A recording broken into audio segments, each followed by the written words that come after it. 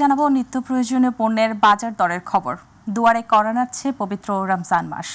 মুসলিম ধর্মাবলম্বীদের কাছে ইবাদত বন্দেগী এবং সংযোগ পালনের মাস সামনে রেখে নিত্য প্রয়োজনীয় পণ্যের বাজার দর কেমন এ বিষয়ে জানাতে সরাসরি যুক্ত হচ্ছেন আবু সাইদ অপু। তিনি রয়েছেন রাজধানীর কারওয়ান বাজারে। অপু, রমজান মাস সামনে রেখে নিত্য প্রয়োজনীয় পণ্যের দাম কেমন দেখছেন জানাবেন আমাদের।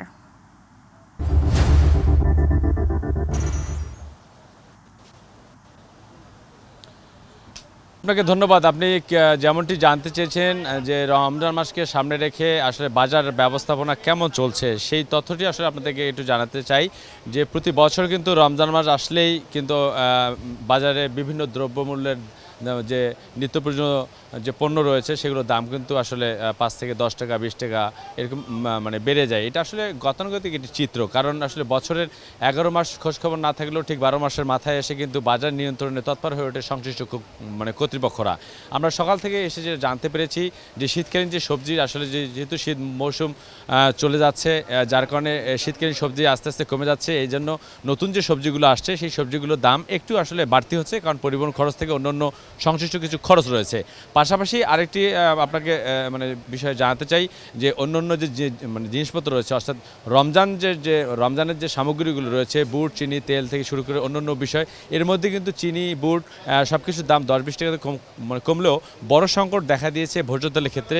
অনেক দোকানে তেল থাকা অবস্থাও কিন্তু তেল বলছে নেই, এবং তারা মানে দুষছেন যেসব কোম্পানিগুলো তেল সরবরাহ করছে সেই সব কোম্পানির দিকে কিন্তু আসলে তারা এইটা অভিযোগ করেছেন। আর পাশাপাশি চালের বাজারও কিন্তু আমরা দেখেছি যে 50 কেজি চালের বস্তা 2 থেকে 250 টাকা কিন্তু বৃদ্ধি পেয়েছে।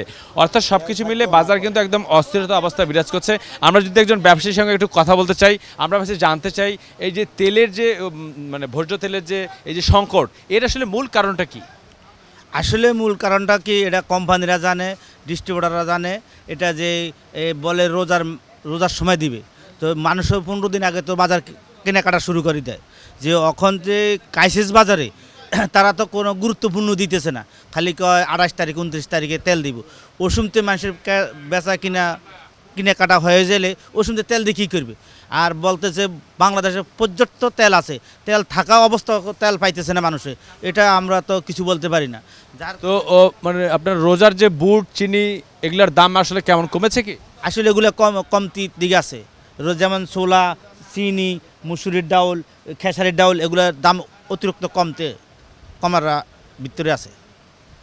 আসলে আপনি শুনছিলেন যে একজন ব্যবসায়ী কিন্তু নিজেই অকপটে বিষয়টি স্বীকার করছিলেন যে যেসব তেল কোম্পানিগুলো ভোজ্য তেল সরবরাহ করে সেই সব মানে কোম্পানিগুলো তেল সরবরাহ করা না করার কারণে এটি কৃত্রিম সংকট মানে সৃষ্টি হয়েছে। তবে এর পেছনে কারা দায়ী, ব্যবসায়ীরাও বলছেন যে তাদেরকে যেন খুঁজে বের করে যে ব্যবস্থাপনা নেওয়া দরকার। যারা বাজার মনিটরিংয়ের দায়িত্বে রয়েছেন, ভোক্তা অধিকার রয়েছেন, তারা যেভাবে নড়েচড়ে বসেন রমজান মাসে, সেইটার জন্য ধারাবাহিকতা যেন আরও রমজানের আগ থেকে যেন একদম পরিপূর্ণভাবে যেন তারা মানে পরিচালনা করতে পারে, সেই বিষয়টি কিন্তু তারা দাবি জানিয়েছেন। তবে ক্রেতাদের মধ্যে একটাই অসন্তোষ যে রমজান আসলেই তাদেরকে বাড়তি কিছু দাম দিয়ে অনেক কিছু কিনতে হয়, সেদিকে যেন বর্তমান সরকার যেন নজর দেয়, এমনটি তারা প্রত্যাশা ব্যক্ত করেছেন।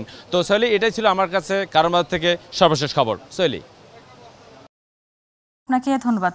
রাজধানীর কারওয়ান বাজার থেকে সবশেষ নিত্য প্রয়োজনীয় খবর জানাচ্ছিলেন আবু সাইদ অপু। চলে যাচ্ছি পরবর্তী সংবাদে।